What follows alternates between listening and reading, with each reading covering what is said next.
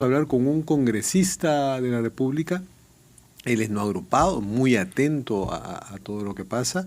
Tuvo algunas expresiones que buscaron ser comprensivas con la presidenta Dina Boluarte. Veamos, con la evolución que ha tenido la crisis estos días, ahora qué piensa. Gracias por acompañarnos, Eduardo Málaga. Gracias, Fernando. Buenas noches. Y empezar diciéndote que las expresiones o posturas no deben ser sobre la presidenta, sino deben ser sobre el país, sobre las políticas públicas, sobre la institución de la presidencia de la República y la gobernabilidad finalmente. No se trata si te cae bien o te cae mal la presidenta. Y yo creo que en la política, que es un terreno muy espinoso, hay que separar lo objetivo de lo subjetivo. Y lo objetivo no le está jugando a favor a la presidenta. No, pues sí, ahí hay que ser clarísimo. Lo que estamos viendo, acabamos de escuchar hay que ser a Rosario Romaní desde Huamanga. Claro que sí. Y cuando nos pinta ese perfil de Oscorima, entonces que alguien con ese perfil le haya regalado un rol, es que probablemente lo confiese mañana la propia presidenta, ya te deja mucho que pensar, ¿no? Lo dije en mi intervención. A ver, la presidenta ha incurrido en conductas muy cuestionables.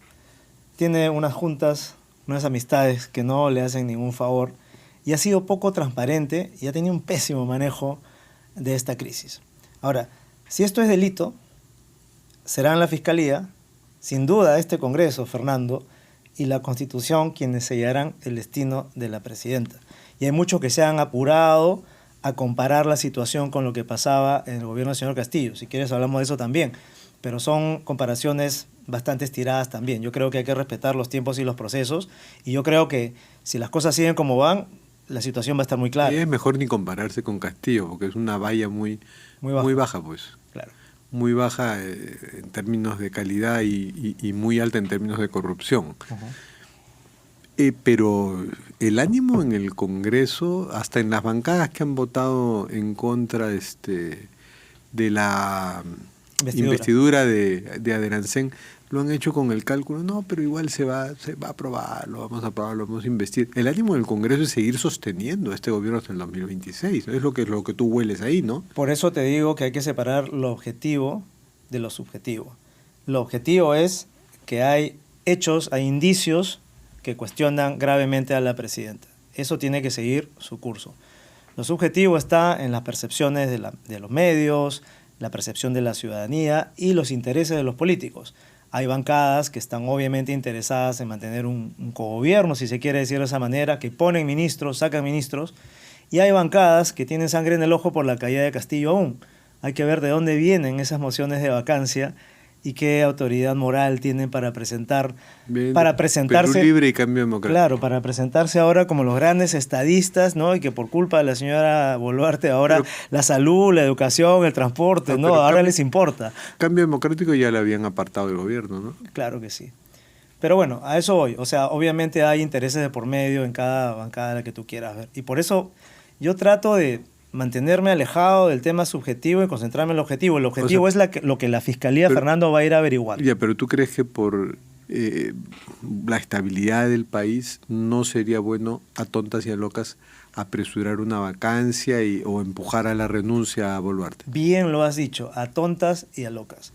Si es que la investigación, ahora sí quiero comparar con Castillo, acuérdate que la tercera moción de vacancia llevó 9 o 10 meses de preparación, mientras todas las carpetas fiscales iban produciendo información relevante. Tú la encarnaste, hay que recordarlo. Te agradezco. Información que fue útil justamente para que los congresistas decidan por esa vacancia. En este caso tiene que pasar algo parecido. Necesitamos la información contundente de qué es lo que se ha encontrado. Mañana vamos a empezar a tener esa declaración tan clave que es la de la señora presidenta, y con eso seguramente se va a decidir este caso. Pero a tu punto, efectivamente, mientras no tengamos esa certeza, el país no puede parar. Yo he dicho también, y se lo digo a mis representados en Lima, en Ica, en Cusco, en Ayacucho, en Amazonas, que vamos a seguir atendiéndolos, pero mientras tanto se hace un control político, que es lo que nos corresponde como Congreso, pero no podemos descuidar las necesidades del país por esta pérdida, digamos, de calma, ¿no?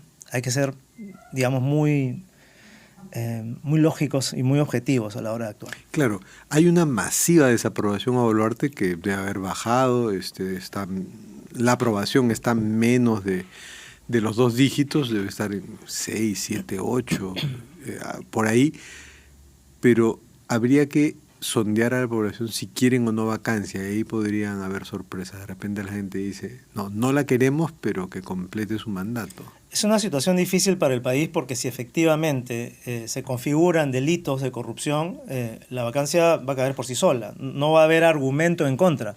La lógica tiene que primar. Pero, al mismo tiempo, en la línea de lo que tú me decías, me preocupa muchísimo que los ministerios, digamos, mantengan un cierto grado de gestión. Imagínate si hoy cae el ministro de Transportes, yo no puedo darles una respuesta ni una solución a comunidades en Cusco y en Ayacucho que no tienen torre de telefonía celular cuando ocurre un desastre. También preocupa, y como congresista me puedes dar una buena respuesta al respecto, que ante la debilidad de Boluarte, el Congreso se sienta con más cancha libre para aprobar cosas sin que el gobierno las observe, o las observe solo por cumplir y finalmente la aprueban por insistencia. Eso es parte de la crisis de gobernabilidad que tenemos desde un principio, o desde los últimos 2, 3 gobiernos donde no ha habido una mayoría parlamentaria de parte del lado del partido de gobierno. Entonces es muy difícil gobernar en esas condiciones, y yo también llamo a la reflexión. O sea, está bien, si amerita una vacancia, una denuncia constitucional, se hará, pero pensemos si eso resuelve finalmente el problema de fondo. ¿Quién va a venir después? ¿Con qué mayoría parlamentaria o con qué grupo parlamentario va a tener que trabajar? Y todo este tema que ha contado la señora Romaní de cómo funcionan los gobiernos regionales, las redes de corrupción que hay en las regiones, ese es algo que se va a arreglar de un momento a otro. Por eso te digo, lo objetivo y lo subjetivo es bien importante. Aquí lo clave es, yo quiero siempre concentrarme en el asunto de fondo sobre el tema de la presidenta, que es su conducta. O sea, es desubicado en una política que se considera de izquierda, de un gobierno que viene del pueblo, figurar con artículos tan caros, ¿no?, como un Rolex, que son símbolos de estatus en otros países, y además manejar la crisis como se ha manejado. ¿Y la frivolidad?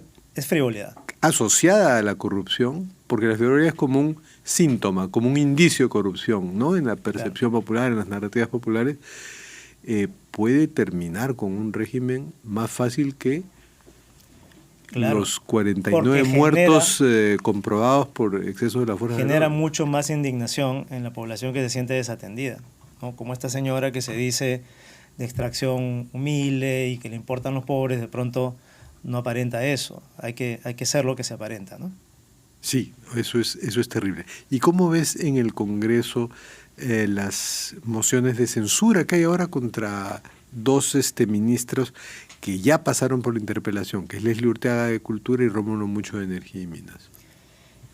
La de Leslie Urteaga no la suscribo, porque yo he hecho un trabajo bastante largo con el Ministerio de Cultura en muchos frentes, sobre todo patrimonio arqueológico y monumental, y veo un esfuerzo. Lo de Machu Picchu ha sido también un intento de arreglar las cosas. Veo un sincero intento de llevar una buena gestión, aunque con debilidades que no se pueden negar. El tema del señor Mucho es más complejo, y yo voy a esperar a ver ese informe, no esa sustentación de las mociones, porque aparentemente acusaciones o antecedentes penales o judiciales anteriores a este cargo cuestionan su idoneidad. Ahora, dicho sea de paso, yo también en mi intervención cité a Winston Churchill, quien decía que un gran problema hoy es que los hombres o las personas ya no buscan ser útiles, sino importantes, no figurar. Entonces yo siento mucho que hay colegas que buscan parecer como que son los duros de la oposición, metiendo censuras a muchos ministros, cuando en realidad eso termina banalizando la política. Lo que tenemos que ver es cuáles de estos casos son realmente censurables. El caso del señor Mucho tiene que ser evaluado. El caso de los otros ministros, volviendo al tema del voto de investidura del señor Adriancén, llama la atención que había muchos cuestionamientos a varias carteras y él prácticamente juramentó, después del señor Otárola, el mismo gabinete. O sea, ahí hay una falla de intención que nos dice que no necesariamente tenía la capacidad para ver. Pero ya ha habido 6 cambios. Ya ha habido 6 Se cambios. presume que ahí él ha puesto algunos, ¿no? Mira, te quiero hacer una pequeña tingencia ahí. Esos cambios se han producido luego de las conversaciones con las bancadas. Exacto. A mí me genera la suspicacia de que las bancadas han exigido esos cambios y que si no, él iba a seguir con el mismo gabinete. ¿Has rastreado alguna de tus suspicacias con algún caso en concreto? Son 6 cambios.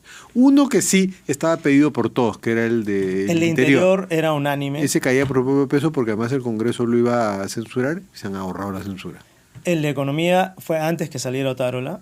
No hay que olvidar que esos cambios también respondieron a una suerte de hartazgo. Economía y energía y minas que estaban ligados. Así es. Mira, sobre los nuevos, no lo tengo muy claro, pero un ministerio, un sector que para mí está claramente negociado es salud. O sea, APP, pero que maneja se mantiene. Claro, claro que sí. Aunque Pepe lo niega. Pero de la misma manera, bueno, pero no hay que ser pitonizo, ¿no? De la misma manera, otros ministerios se van configurando. Bueno, muchas gracias, Eduard Málaga, y esperamos contar contigo pronto para seguir hablando de la. Yo quiero, si me das 10 segundos, por favor. Quiero también dejar una suerte de mensaje, ¿no? Es importante que hagamos el control político, que se haga lo que se tenga que hacer con la presidenta si llega el momento, pero que no descuidemos el servicio al ciudadano. Yo he estado hace poco con los niños del Instituto Nacional de Salud del Niño que requieren donaciones de órganos. Para eso se tiene que reglamentar una nueva ley, por ejemplo, no podemos descuidar eso. O las poblaciones del Cusco, de Rondocan, de Acomayo, que tienen extrema pobreza y tienen que ser atendidos por los ministerios, por esos mismos ministros que estamos hoy cuestionando. Entonces nuestro trabajo es complejo. Tenemos que hacer funcionar la maquinaria todo lo posible y al mismo tiempo, cuando hay cuestionamientos, censurar, interpelar y llamar justamente al orden. Claro, por supuesto, no nos olvidemos de los ciudadanos y de los consumidores. Siempre por encima de todo. Muchas gracias.